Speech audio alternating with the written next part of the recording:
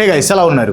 Just imagine, మీరు engineering second year చదువుతున్నారు. ఎప్పటిలాగే ఒకరోజు మార్నింగ్ కాలేజ్కి వెళ్ళారు. ఆ నోటీస్ బోర్డులో ఒక కొత్త నోటీస్ పెట్టుంది. ఆ నోటీస్ ప్లేస్మెంట్ గురించో లేకపోతే ఎగ్జామ్ గురించో కాదు, మీ కాలేజ్లో జరగబోయే HIV టెస్టింగ్ అండ్ కౌన్సిలింగ్ క్యాంప్కి సంబంధించిన నోటీస్ అది. పేరెంట్ టీచర్ మీటింగ్ లేదు, పేరెంట్స్ ఇన్వాల్వ్మెంట్ కూడా లేదు, అండ్ ఆ క్యాంప్ గురించి స్టూడెంట్స్తో డిస్కషన్ కూడా లేదు. జస్ట్ ఒక గవర్నమెంట్ తీసుకున్న ఇనిషియేటివ్ అది. అలాంటి నోటీస్ చూశాక మీ రియాక్షన్ ఏంటి? షాక్ అవుతారు కదా. కర్ణాటకలో కొన్ని వేల మంది స్టూడెంట్స్ రియాక్షన్ కూడా సేమ్ ఇదే. అండ్ వాళ్ళ షాక్ కంటే ఎక్కువ షాక్ ఇచ్చే నెంబర్ ఒకటి ఉంది. కర్ణాటకలో 18 నుంచి 25 సంవత్సరాల మధ్యలో ఉన్న వాళ్ళలో 7,000 మందికి HIV పాజిటివ్ అని తెలిసింది. చాలా మంది ఆ 7,000 మంది ఓన్లీ స్టూడెంట్స్ అనుకుంటున్నారు, కానీ కాదు. ఓవరాల్ గా ఆ ఏజ్ గ్రూప్ వాళ్ళకి ఇది ఒక డెకేడ్ లో వచ్చిన కేసెస్ కాదు, జస్ట్ 2026లో రికార్డ్ అయిన కేసెస్. అందుకే ఈ నెంబర్ చూసిన వెంటనే Karnataka government direct colleges HIV testing camps ని ఏర్పాటు చేసింది. అందరూ హెడ్లైన్స్ గురించే మాట్లాడుకుంటున్నారు, కానీ దీని వెనక ఉన్న స్టోరీ గురించి ఎవరు పట్టించుకోరు. సో బ్యాక్ స్టోరీ ఏంటో నేను మీకు డీటెయిల్ గా ఎక్స్ప్లెయిన్ చేస్తాను. వీడియో చాలా ఇంపార్టెంట్. ఖచ్చితంగా ఒక లైక్ కొట్టి మీ ఫ్రెండ్స్ అండ్ ఫ్యామిలీకి వీలైనంత ఎక్కువ మందికి షేర్ చేయండి. అండ్ మీరు ఇంకా మన ఛానల్ని సబ్స్క్రైబ్ చేసుకోకపోతే please to subscribe. The Karnataka state AIDS prevention society, short గా KSAPS వాళ్ళు విశ్వేశ్వరయ్య టెక్నాలజికల్ యూనివర్సిటీ వాళ్ళకి and department of collegiate education వాళ్ళకి కర్ణాటకలో ఉన్న అన్ని ఇంజనీరింగ్ అండ్ డిగ్రీ కాలేజెస్ లో ఇంటిగ్రేటెడ్ హెల్త్ క్యాంప్స్ అరేంజ్ చేయమని డైరెక్టివ్ ని పాస్ చేశారు. ఈ క్యాంపసెస్ ఓన్లీ గవర్నమెంట్ కాలేజీల్లో మాత్రమే కాదు, government colleges and private institutions అన్నిట్లో ఈ క్యాంప్ ని అరేంజ్ చేయాలని గవర్నమెంట్ డిసైడ్ అయింది. నార్మల్ గా గవర్నమెంట్ ఇన్స్టిట్యూషన్స్ లో మాత్రమే ఇలాంటి క్యాంప్స్ ని చూస్తూ ఉంటాం, కానీ ప్రతి హైయర్ ఎడ్యుకేషన్ ఇన్స్టిట్యూషన్ ని ఇన్వాల్వ్ చేస్తుంది కర్ణాటక గవర్నమెంట్. కర్ణాటక ఈ క్యాంప్స్ ని 2 స్టేజెస్ లో డిజైన్ చేస్తుంది. ఒకటి టెస్టింగ్ అండ్ రెండోది వచ్చేసి కౌన్సిలింగ్. అండ్ ఇక్కడ వెరీ ఇంపార్టెంట్ పాయింట్ ఏంటంటే, టెస్టింగ్ అనేది వాలంటరీ. ప్రతి స్టూడెంట్ని టెస్ట్ చేసే ముందు వాళ్ళ కన్సెంట్ తీసుకొని వాళ్ళు ఒప్పుకున్నాకనే టెస్టింగ్ చేస్తారు. అసలు కర్ణాటక గవర్నమెంట్ మెడికల్ క్యాంప్స్ని అరేంజ్ చేయడం కోసం ఏదైనా హాస్పిటల్ని అప్రోచ్ అవ్వకుండా ఒక యూనివర్సిటీని అండ్ ఎడ్యుకేషన్ డిపార్ట్మెంట్ని ఎందుకు అప్రోచ్ అయింది? దీనికి KSAPS ఇస్తున్న ఆన్సర్ ఏంటంటే యాక్సెస్. కాలేజ్లో 18 నుంచి 25 సంవత్సరాల ఏజ్ పాపులేషన్ ఎక్కువగా ఉంటుంది. సో ఆ ఏజ్ గ్రూప్ వాళ్ళని ఈజీగా యాక్సెస్ చేయడం కోసం Visvesvaraya university and department of collegiate education వాళ్ళని అప్రోచ్ అయింది. అడ్మినిస్ట్రేటివ్గా చూస్తే ఇది కరెక్ట్ యాంగిల్, ఎందుకంటే 18 నుంచి 25 సంవత్సరాల వాళ్ళు ఉండేది కాలేజ్లోనే. కానీ ఈ లాజిక్ యూజ్ చేయటం కరెక్టేనా? ఆ క్వశ్చన్ గురించి వీడియోలో ముందు మాట్లాడదాం. అండ్ ఈ టెస్టింగ్లో టెక్నాలజీ యాంగిల్ కూడా ఉంది, which is worth noting. Reports ప్రకారం హెల్త్ డిపార్ట్మెంట్ ఈ ప్రాసెస్లో QR కోడ్ బేస్డ్ సిస్టమ్ ద్వారా స్టూడెంట్ ప్రైవసీని ప్రొటెక్ట్ చేయాలి అని అనుకుంటుందంట. అసలు ఈ టెస్టింగ్ గురించి విన్న వెంటనే అందరిలో రైజ్ అయ్యే క్వశ్చన్ ప్రైవసీ. ఒకసారి ఆలోచించండి, ఎంత చదువుకునే వాళ్ళైనా తమ టెస్ట్ల గురించి పబ్లిక్ చేయాలనుకోరు. సో ప్రైవసీ గురించి క్వశ్చన్స్ రైజ్ అవ్వక ముందే గవర్నమెంట్ ఈ QR కోడ్ సిస్టమ్తో ఆ క్వశ్చన్స్కి చెక్ పెట్టింది. అయితే కాలేజెస్లో ఈ టెస్ట్లు, అసలు ఈ హెల్త్ క్యాంపులు అరేంజ్ చేయాలి అనే థాట్ కర్ణాటక గవర్నమెంట్కి ఎందుకు వచ్చింది? యాక్చువల్లీ ఇది ర్యాండమ్గా తీసుకున్న డెసిషన్ కాదు, ఒక స్పెసిఫిక్ నేషనల్ రిపోర్ట్ చూసిన తర్వాత తీసుకున్న డెసిషన్ ఇది. ఏంటి ఆ రిపోర్ట్? ఆ రిపోర్ట్లో ఏముంది? నెంబర్స్ అనగానే అందరూ 7,000 HIV పాజిటివ్ కేసెస్ గురించి మాట్లాడుతున్నారు, కానీ ఆ 7,000 కేసెస్ చుట్టూ ఉన్న కాంటెక్స్ట్ ఏంటి అనేది ఎవరు మాట్లాడలేదు. అసలు దీనికి ట్రిగ్గర్ పాయింట్ 2024లో NACO ఇచ్చిన ది సంకలక్ అనే రిపోర్ట్. సంకలక్ అనేది నేషనల్ ఎయిడ్స్ కంట్రోల్ ఆర్గనైజేషన్ వాళ్ళు యాన్యువల్గా ఇచ్చే రిపోర్ట్ అనమాట. ఈ రిపోర్ట్ ప్రకారం ఇండియాలో HIVతో బాధపడుతున్న వాళ్ళలో కర్ణాటక 3rd ప్లేస్లో ఉంది. ఫాస్టెస్ట్ గ్రోయింగ్ స్టేట్స్లో ఒకటైన కర్ణాటక HIV పేషెంట్స్ లిస్ట్లో 3rd ప్లేస్లో ఉంది. అండ్ ఆ ర్యాంకింగ్స్ కర్ణాటకకి ఎందుకు వచ్చిందంటే, యాజ్ ఆఫ్ నౌ కర్ణాటకలో 2,60,000 మంది HIV పాజిటివ్గా ఉన్నారు. అండ్ వాళ్ళల్లో 2,05,000 మందికి మాత్రమే యాంటీ రెట్రో వైరల్ థెరపీని అందుకుంటున్నారు. అంటే 55,000 మంది ఏ విధమైన ట్రీట్మెంట్ని తీసుకోవట్లేదు. ఇది యాక్చువల్లీ చాలా పెద్ద ఇష్యూ. 7,000 మంది నెంబర్ కంటే 55,000 మంది ట్రీట్మెంట్ తీసుకొని వాళ్ళ నెంబర్ చాలా పెద్ద పబ్లిక్ హెల్త్ ఇష్యూ. కానీ న్యూస్లో, సోషల్ మీడియాలో ఈ 7,000 నెంబర్ ఎక్కువ హైలైట్ అవుతుంది. అండ్ గవర్నమెంట్ కూడా తమ కాన్సన్ట్రేషన్ని ఈ 7,000 నెంబర్ మీదనే ఫిక్స్ చేస్తుంది. అందుకే కాలేజెస్లో హెల్త్ క్యాంప్స్ ఏర్పాటు చేసింది. ఎందుకు 55,000 మందిని గవర్నమెంట్ ఎందుకు నెగ్లెక్ట్ చేస్తుంది? మేబీ ఈ 7,000 అనేది యూత్కి సంబంధించిన ఫిగర్ అండ్ పొలిటికల్గా బాగా కనిపించే నెంబర్. సో అందుకే ఈ 7,000 నెంబర్ మీద ఎక్కువ కాన్సన్ట్రేట్ చేస్తున్నారు. ప్రాబ్లం ఏది పెద్దది అనే దాని మీద కాకుండా ఏది ఎక్కువ విజిబుల్ అనే దాని మీద పబ్లిక్ హెల్త్ డెసిషన్స్ తీసుకుంటున్నారు. ఇది మన దేశంలో ఉన్న హెల్త్ కేర్ సిస్టమ్ పరిస్థితి. సరే, కాసేపు ఈ 7,000 అండ్ 55,000ని కంపేర్ చేయడం పక్కన పెడతాం. ఎందుకంటే ఈ 7,000 కేసెస్లో ఇంకో ప్రాబ్లం ఉంది. అసలు ఈ 7,000 కేసెస్ కొత్త కేసెసా, లేకపోతే ఇవి ఆల్రెడీ ఇన్ఫెక్టెడ్ కేసెసా?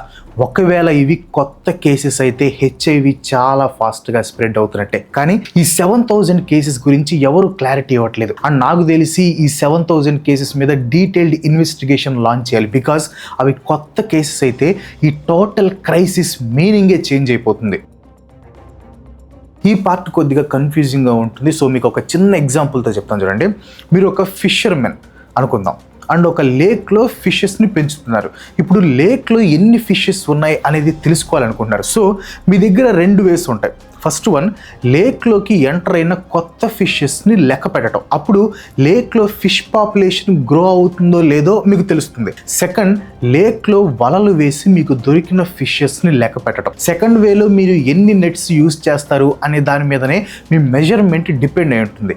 ఎక్కువ నెట్స్ వేస్తే ఎక్కువ ఫిష్లు దొరుకుతాయి, మీ కౌంట్ పెరుగుతుంది. లేక్లో టోటల్ ఫిష్ కౌంట్ సేమ్ ఉంటుంది, కానీ మీ కౌంట్ అనేది వేసే నెట్స్ మీద డిపెండ్ అయి ఉంటుంది. కర్ణాటకలో ఎగ్జాక్ట్గా ఇదే జరుగుతుంది. According to KSAPS data, 18 to 35 age గ్రూప్లో HIV కేసెస్ 2023-24లో 44,581 ఉంటే 2024-25 నాటికి 62,664 అయ్యాయి. అండ్ 2025-26 నాటికి ఈ కేసెస్ సంఖ్య 66,606 అయింది. అంటే 3 ఇయర్స్లో HIV కేసెస్ 44,500 నుంచి 66,600కి పెరిగాయి. కానీ కేసాప్స్ బయటికి చెప్పని ఒక విషయం ఉంది. అదేంటంటే కేసాప్స్ టార్గెట్ ఇంటర్వెన్షన్ ప్రోగ్రామ్స్ ని నడుపుతుంది. ఈ ప్రోగ్రామ్స్ ప్రకారం వీళ్ళు ఒక కీ సెట్ ఆఫ్ పాపులేషన్స్ ని ట్రాక్ చేస్తారు. Like men who have sex with men, transgenders, sex workers, migrants, truck drivers, ఇలాంటి వాటిని వాళ్ళు ట్రాక్ చేసి వాళ్ళ డీటెయిల్స్ ని రిజిస్టర్ చేసుకుంటూ ఉంటారు. సో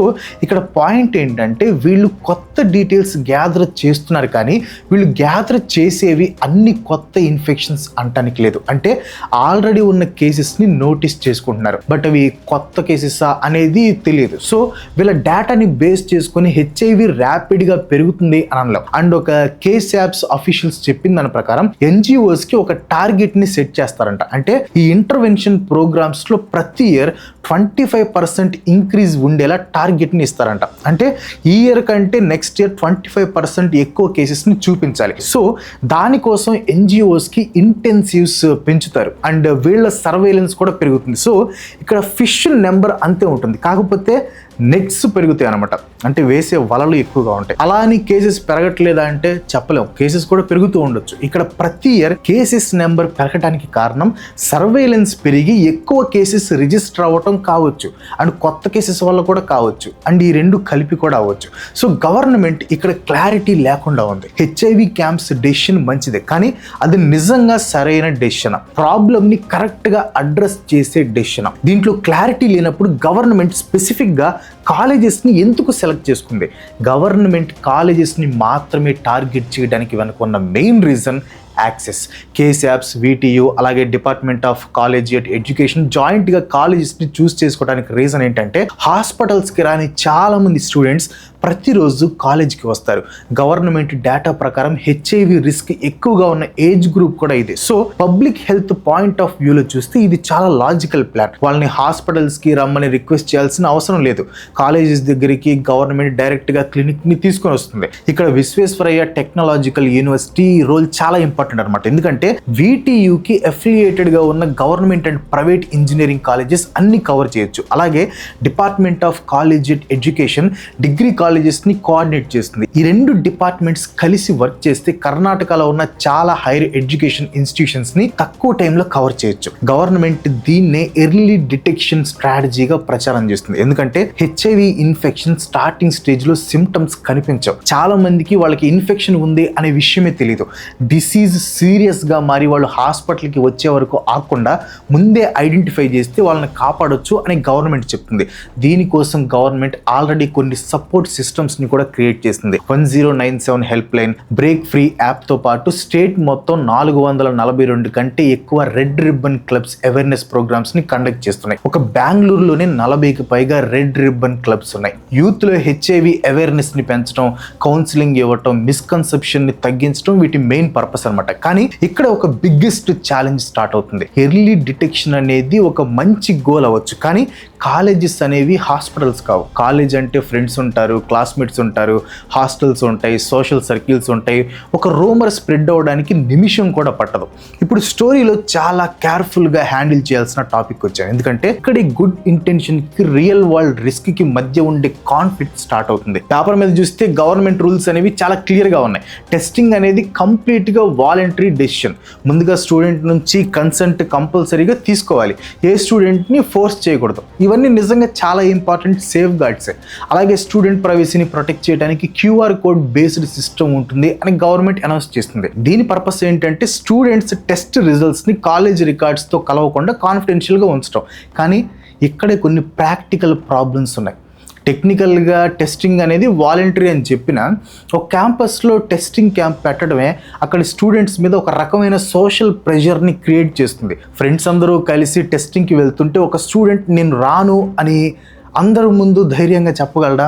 అలా చెప్తే ఫ్రెండ్స్ అందరూ ఆ స్టూడెంట్ని నెగిటివ్గా చూసే ఛాన్స్ ఉంది. సరే, అది పక్కన పెట్టండి.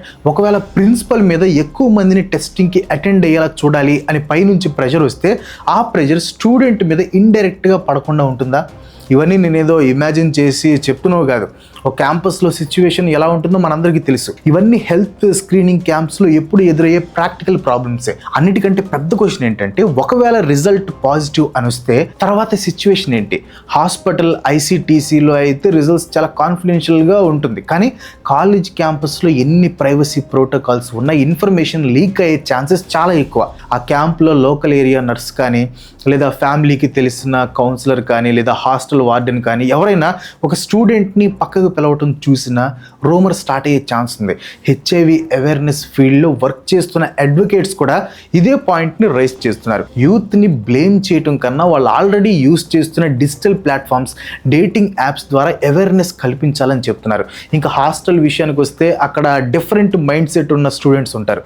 కొంతమంది హాస్పిటల్కి తిరిగే పని లేకుండా హాస్టల్లోనే ఫ్రీగా టెస్ట్ చేస్తున్నారు అని రిలీఫ్ ఫీల్ అవుతారు. కొంతమంది ఒక్క రూమర్ బయటకు వచ్చిన సొసైటీలో తమ మీద ముద్ర పడిపోతుందేమో అని టెన్షన్ పడతారు. ఒకవేళ పేరెంట్స్కి తర్వాత తెలిస్తే క్యాంపస్లో మా పిల్లల్ని టెస్ట్ చేసే ముందు మాకెందుకు చెప్పలేదు అని క్వశ్చన్ చేయొచ్చు. ఇప్పుడు ఇబ్బంది పడేది ప్రిన్సిపలే.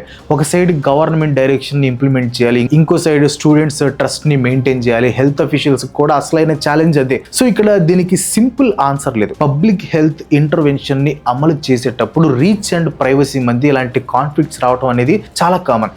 గవర్నమెంట్ ఇంటెన్షన్ మంచిదా కాదా అనేది ఇక్కడ క్వశ్చన్ కాదు.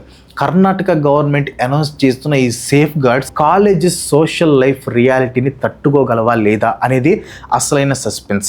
ఇక్కడ మెయిన్గా టైం గురించి మాట్లాడాలి. ఈ అనౌన్స్మెంట్ మిడ్ 2026లో వచ్చింది. అది కూడా నాకో రిలీజ్ చేసిన సంకలక్ 2024 రిపోర్ట్ తర్వాత. ఈ రిపోర్ట్ ప్రకారం HIVలో కర్ణాటక ఇండియాలో 3rd ప్లేస్లో ఉంది. సో ఇక్కడ ఆబ్వియస్గా ఒక క్వశ్చన్ వస్తుంది. 2024లో రిపోర్ట్ వస్తే ఇప్పటిదాకా గవర్నమెంట్ ఏం చేసింది? డేటాని డీటెయిల్గా అనలైజ్ చేయడానికి ఎంత టైం పట్టిందా, లేదా ప్రాబ్లం సీరియస్గా ఉందని వార్నింగ్స్ వచ్చిన తర్వాత కూడా యాక్షన్ తీసుకోవడంలో ఆలస్యం జరిగిందా? అంతేకాదు ఇక్కడ గవర్నమెంట్ దేన్ని బయటకు చేస్తుంది, దేన్ని దాచిపెడుతుంది అనేది కూడా మనం గమనించాలి. పేపర్ హెడ్లైన్స్లో 7,000 మంది యూత్ ఇన్ఫెక్ట్ అయ్యారు అని పదే చెప్తున్నారు. కానీ కర్ణాటకలో ఇప్పటికే HIVతో బాధపడుతున్న దాదాపు 55,000 మందికి ఇంకా రెగ్యులర్ ART ట్రీట్మెంట్ అందట్లేదు. దాని గురించి మాట్లాడకుండా పక్కన పెట్టేశారు. దీన్ని కొంచెం క్రిటిక్స్ పర్స్పెక్టివ్లో చూస్తే యూత్ కోసం క్యాంప్స్ పెడితే ఎన్ని క్యాంప్స్ పెట్టారు, ఎంతమంది స్టూడెంట్స్ స్క్రీనింగ్కి వచ్చారు, ఎన్ని నెంబర్స్ అనౌన్స్ చేశారు, ఇవన్నీ ఇమీడియట్గా మీడియాలో వస్తాయి. గవర్నమెంట్ కూడా ఫాస్ట్గా క్రెడిట్ అనేది కొట్టేయడానికి ఈజీగా ఉంటుంది. కానీ ఆల్రెడీ ట్రీట్మెంట్ కోసం వెయిట్ చేస్తున్న ఆ 55,000 మందికి ట్రీట్మెంట్ అందించాలంటే దానికి కంటిన్యూస్గా ఫండింగ్ ఉండాలి, ఇన్ఫ్రాస్ట్రక్చర్ కావాలి. అది ఇలా సింగిల్ ఈవెంట్తో అయ్యే పని కాదు. అలా అని గవర్నమెంట్ తప్పుగా ఆలోచించింది అని నేను చెప్పట్లేదు. యూత్లో ఈ ఇన్ఫెక్షన్స్ ఫాస్ట్గా స్ప్రెడ్ అవుతున్నాయి కాబట్టి యూత్ ఫ్యూచర్ని దృష్టిలో ఉంచుకొని చేసి ఉండొచ్చు. అందులో ఏది కరెక్ట్ అనేది ఇప్పుడే చెప్పడానికి కరెక్ట్ ఎవిడెన్స్ లేదు. దీని వెనక ఇంకొక గ్లోబల్ టార్గెట్ కూడా ఉంది. 2030 లోపు ఎయిడ్స్ని పబ్లిక్ హెల్త్ థ్రెట్గా లేకుండా ఎండ్ చేయాలి అనే గ్లోబల్ UN ఎయిడ్స్ టార్గెట్కి ఇండియా కర్ణాటకతో సహా కమిట్ అయింది. ఇలాంటి టైంలో యూత్లో ఇన్ఫెక్షన్స్ ఇంక్రీజ్ అయితే అది ఆ టార్గెట్కి పెద్ద స్పీడ్ బ్రేకర్ అవుతుంది. అసెంబ్లీలో అపోజిషన్స్ కూడా ఈ డేటా మీద గవర్నమెంట్ రెస్పాన్స్ ఎందుకు లేట్ అయింది అనే క్వశ్చన్ చేసే ఛాన్స్ కూడా ఉంది. ఇంత పెద్ద స్కేల్లో ఇంప్లిమెంట్ చేస్తున్న పాలసీకి పబ్లిక్ డొమైన్లో ఇంపార్టెంట్ ఇన్ఫర్మేషన్ అవైలబుల్గా లేకపోవడం కూడా ఒక పెద్ద మైనస్. మెయిన్గా డిస్ట్రిక్ట్ వైజ్ బ్రేక్ డౌన్ లేదు. అంటే 7,000 మంది బెంగళూరు లాంటి అర్బన్ టెక్ సిటీస్లో ఎక్కువగా ఉన్నారా, లేదా టైర్ 2 సిటీస్లో ఉన్నారా, లేకపోతే రూరల్ డిస్ట్రిక్ట్స్లో ఉన్నారా అనే దాని మీద అసలు క్లారిటీ లేదనమాట. అలాగే అర్బన్ రూరల్ స్ప్లిట్ని కూడా పబ్లిక్గా రిలీజ్ చేయలేదు. కాలేజ్ వైజ్ డేటా కూడా లేదు. ఇన్ఫెక్షన్స్ కొన్ని కాలేజెస్లోనే లేదా హాస్టల్స్లోనే ఎక్కువగా ఉన్నాయా అనేది అసలు తెలియదు. Government aided private colleges data కూడా ఇవ్వలేదు. జెండర్ వైజ్ కూడా డేటా అవైలబుల్గా లేదు. ఇన్ఫెక్షన్ బాయ్స్లో ఎక్కువ మందికి ఉందా, లేకపోతే గర్ల్స్లో ఎంతమందికి ఉంది అనేది కూడా బయటికి రాలేదు. అన్నిటికంటే ఇంపార్టెంట్ లాంగ్ టర్మ్ ప్లాన్ అనేది లేదనమాట. క్యాంప్లో ఒక స్టూడెంట్కి పాజిటివ్ వస్తే 6 months తర్వాత లేదా 1 year తర్వాత ఆ స్టూడెంట్కి ఎలా ట్రీట్మెంట్ అందుతుంది, అతని డీటెయిల్స్ కాన్ఫిడెన్షియల్గా ఉంటాయా అనేది చెప్పలేదు. ఇవేమీ మైనర్ మిస్టేక్స్ కాదు. డిస్ట్రిక్ట్ వైజ్ డీటెయిల్స్ లేకపోతే నిజంగా ప్రాబ్లం స్టేట్ మొత్తం ఉందా లేదా కొన్ని ప్లేసెస్లోనే ఉందా అనేది ఎవరికీ తెలియదు. జెండర్ డీటెయిల్స్ లేకపోతే ఇది కరెక్ట్ పర్సన్స్కి రీచ్ అవుతుందో లేదో తెలియదు. లాంగ్ టర్మ్ ప్లానింగ్ లేకపోతే 1 year తర్వాత ఈ క్యాంప్ వల్ల ఏమైనా చేంజ్ వచ్చిందా లేదా అని అడగటానికి ఎవిడెన్స్ కూడా ఉండదు. ఇక్కడ హెడ్లైన్స్లో వచ్చిన 7,000 నెంబర్ని పక్కన పెడితే అసలు స్టోరీ వేరే ఉంది. ఒక స్టేట్ గవర్నమెంట్ స్టూడెంట్స్ పర్సనల్ లైఫ్స్కి సంబంధించి క్యాంపస్లోకి వెళ్ళి మరీ హెల్త్ క్యాంప్స్ పెట్టాలి అని డిసైడ్ అయింది. సిచ్యువేషన్ చాలా సీరియస్గా ఉంది అని అర్థమైతే తప్ప ఏ గవర్నమెంట్ ఇలాంటి డెసిషన్ తీసుకోదు. ఈ ఒక్క డెసిషన్ మనకి 2 points మీద ఒకేసారి క్లారిటీ ఇస్తుంది. సిచ్యువేషన్ నిజంగా సీరియస్గా ఉంది. కేస్ యాప్స్ డేటా అండ్ నాకో ర్యాంకింగ్స్లో స్టేట్ 3rd ప్లేస్లో ఉండటం అనేది సిచ్యువేషన్ ఎంత సీరియస్గా ఉందో చెప్తుంది.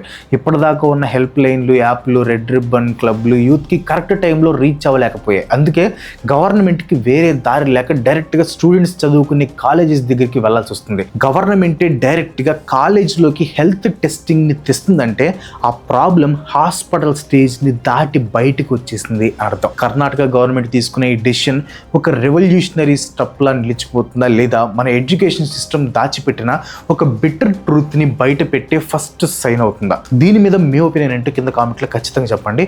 అండ్ వీడియోకి తప్పకుండా ఒక లైక్ కొట్టి మీ ఫ్రెండ్స్ అండ్ ఫ్యామిలీకి షేర్ చేయండి. ఇలాంటి వీడియోస్ మనం చేయడం నాకు సపోర్ట్ చేయాలనుకుంటే వెంటనే మన ఛానల్ని సబ్స్క్రైబ్ చేసుకొని ఇంకో మంచి ఎపిసోడ్తో మళ్ళీ కలుసుకుందాం. అంతవరకు సెలవు. Bye bye.